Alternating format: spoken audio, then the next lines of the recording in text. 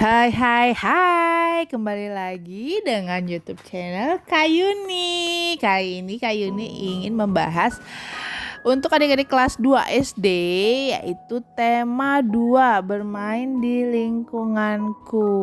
Jadi untuk kali ini YouTube channel Kayuni membahas bermain di lingkungan rumah, subtema 1. Are you ready adik-adik? Kita mulai ya.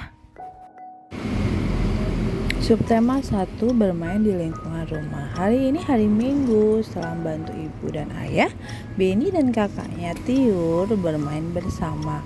Mereka bermain perahu kertas di halaman rumah.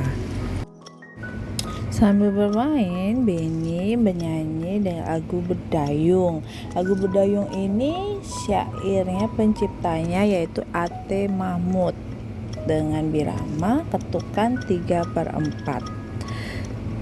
Ketika bernyanyi, kita mengeluarkan bunyi beraturan. Bunyi beraturan itu disebut nada.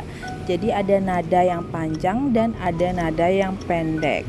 Maka panjang pendeknya nada dapat dihitung. Satuan hitungannya yaitu ketukan.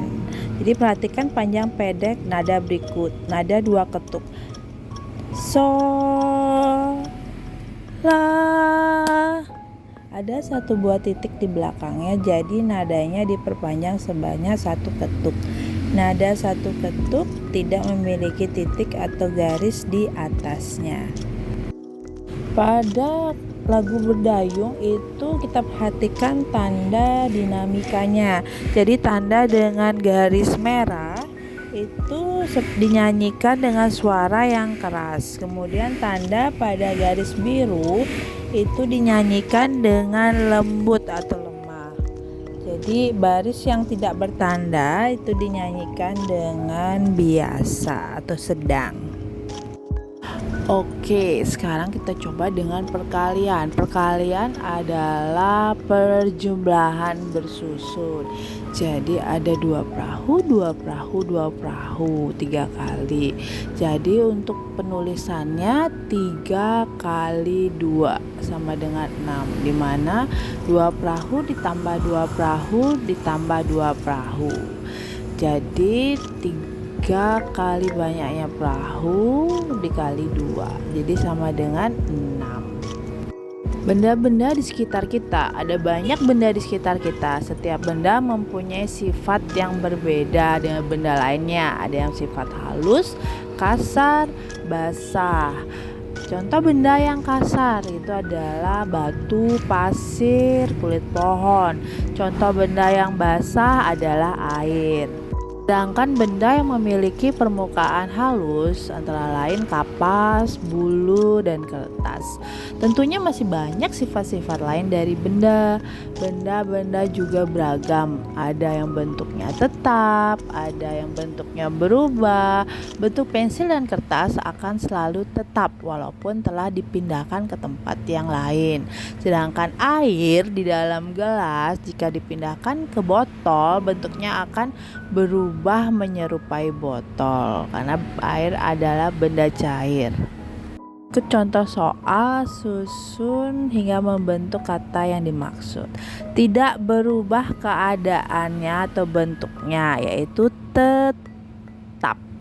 Kemudian kesat atau tidak halus, yaitu kasar. Mengandung air, yaitu basah. Licin, lembut, atau tidak kasar, yaitu halus. Berbeda dari semula, yaitu berubah. Kalau dilihat dari wujudnya, benda dapat dibedakan menjadi 3 adik-adik, yaitu benda padat, cair, dan gas. Benda padat adalah benda yang memiliki bentuk dan ukuran yang tetap. Contohnya nih, kelereng, batu, pensil. Benda cair adalah benda yang memiliki ukuran yang tetap, tetapi bentuknya dapat berubah-ubah sesuai dengan wadahnya. Contohnya nih, sirup di dalam botol, teh di dalam gelas, dan air minum dalam cangkir. Jadi bentuknya berubah-ubah sesuai dengan tempat untuk menampung benda cair itu. Sedangkan benda gas adalah benda yang memiliki ukuran dan bentuk yang berubah-ubah. Ukurannya berubah, bentuknya berubah. Itu adalah benda gas sesuai dengan tempat atau wadahnya. Contohnya udara dalam balon, gitu. Udara dalam ban. Berikut macam-macam sifat benda. Jadi banyak benda yang ada di sekitar kita. Ada benda padat, cair, dan gas. Jadi benda juga memiliki bentuk, ada yang bentuknya tetap maupun berubah. Meja kursi memiliki bentuk yang tetap jika dipindahkan. Air memiliki bentuk yang berubah jika dipindahkan sesuai dengan wadah atau tempatnya. Benda mempunyai sifat yang berbeda-beda. Ada yang permukaannya halus, ada yang kasar. Jadi batu pasir seperti tadi Kak Yuni jelaskan merupakan benda yang kasar. Kertas kaca merupakan benda halus. Berikut teks percakapannya adik-adik tentang perahu dan balon. Balon berkata, "Perahu, bagaimana cara kamu berlayar?" Perahu menjawab, "Dengan bantuan angin, balon." "Angin? Apa itu angin?" "Angin itu udara yang bergerak. Kalau kamu, mengapa bisa mengembang, balon?" "Karena di dalam perutku juga ada udara, perahu. Ketika udara itu ditiupkan, aku dapat menggelembung." "Oh, berarti udara sama-sama berguna bagi kita, balon," kata perahu. Jadi adik-adik, udara itu berguna buat balon untuk menggelembungkan balon sehingga balon bisa naik ke udara, terbang. Dan bagi perahu, udara digunakan untuk bergerak menelipkan layar dari perahu. Ada 3 jenis wujud benda, yaitu benda cair, benda padat, dan benda gas. Wujud benda cair memiliki bentuk berubah-ubah. Bentuknya selalu mengikuti wadah yang ditempatinya, seperti susu, bensin, minyak wangi, dan lain. Wujud benda padat tidak mengikuti wadahnya atau tidak berubah, walaupun dipindah ke tempat yang berbeda atau di mana saja. Sifat benda padat memiliki bentuk dan volume yang tetap. Contoh, kayu, batu, besi, dan lain sebagainya. Wujud benda gas bentuknya tidak tetap. Benda gas selalu mengisi seluruh ruangan yang ditempatinya. Benda gas adalah benda yang tidak dapat kita lihat, tetapi dapat kita rasakan. Contohnya yaitu udara. Yuk kita baca percakapan sama-sama adik-adik. Dulu ibu pernah bilang kalau air itu termasuk benda cair. Apa yang dimaksud dengan benda cair, Ibu?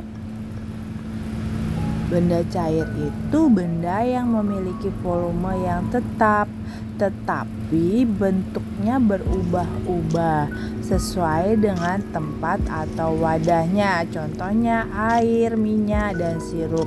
Coba deh Beni perhatikan bagaimana bentuk air setelah dimasukkan ke dalam pistol mainan itu. Pastinya bentuk air akan berubah menjadi seperti pistol mainanmu, Beni. Meniup balon. Balon terbuat dari bahan karet ya adik-adik. Karena bersifat lentur dan elastis, saat kita meniup balon, udara masuk ke dalam balon. Balon yang kita tiup akan menggelembung. Udara akan menekan balon ke segala arah mengisi ruang yang kosong. Udara dalam balon akan menyesuaikan dengan bentuk balon. Begitu juga dengan kantong plastik, yang artinya bentuk udara mengikuti bentuk dari wadahnya. Adik, Setiap keluarga memiliki aturan yang berbeda-beda loh. Aturan-aturan yang tersebut berguna untuk menjaga kedisiplinan adik-adik, keteraturan, dan kekompakan di dalam keluarga. Aturan-aturan tersebut bukan saja ada di lingkungan keluarga loh, namun aturan juga berada di lingkungan sekolah, masyarakat, dan pemerintah. Berikut adalah beberapa aturan di rumah. Yang pertama, adik-adik harus bangun pagi pukul 5 pagi. Itu berupa aturan ya. Setelah bangun, merapikan tempat tidur. Kemudian selalu minta izin bila bepergian bermain, ke sekolah, dan lain sebagainya. Dalam bermain tidak boleh lupa waktu. Setelah makan, membersihkan meja dan mencuci piring. Sore harinya membantu pekerjaan orang tua. Kemudian mandi. Kemudian pukul 7 malam belajar dengan rajin. Pukul 9 malam waktunya tidur. Itu adalah beberapa aturan di rumah. Bermain itu ada aturannya ya adik-adik. Setiap aturan permainan harus dipatuhi. Ketika bermain tidak boleh curang loh. Aturan tidak hanya ada dalam permainan saja. Di rumahku juga ada beberapa aturan seperti yang tadi Kak Yuni sebutin. Untuk aturan dalam permainan harus dipatuhi agar permainan menjadi tertib. Aturan itu ada di mana-mana. Aturan berlaku di rumah, di sekolah, dan di masyarakat. Aturan berguna untuk mengatur kehidupan. Aturan di rumah wajib ditaati oleh semua anggota keluarga. Aturan dalam bermain juga wajib ditaati oleh semua anggota yang ikut dalam permainan. Apa yang terjadi kalau kita tidak mematuhi aturan? Maka permainan menjadi tidak tertib dan ada pemain yang berlaku curang, kemudian akan dikenakan sanksi atau hukuman. Aturan yang ada di sekolah itu harus ditaati oleh siswa murid-murid yang belajar di sekolah, Bu Guru, Pak Guru. Kemudian aturan yang ada di masyarakat itu harus dipatuhi oleh anggota masyarakat. Manfaat dari aturan itu berisi hal-hal yang seharusnya atau sebaiknya dilakukan ya adik-adik. Aturan ada pula yang berisi hal-hal yang tidak boleh dilakukan. Jadi aturan itu berisi larangan dan perintah. Aturan dibuat untuk mengatur masyarakat. Aturan berlaku di berbagai lingkungan. Ada aturan yang berlaku di keluarga, sekolah, dan masyarakat. Ada aturan yang berlaku di tingkat wilayah, tingkat desa, kecamatan, kabupaten, dan provinsi. Selain itu, ada aturan yang berlaku di seluruh wilayah negara Indonesia. Terima kasih telah menonton pembelajaran kali ini bersama Kak Yuni. Please subscribe, like, and share. Thanks for watching. Sampai jumpa di video selanjutnya. Bye-bye.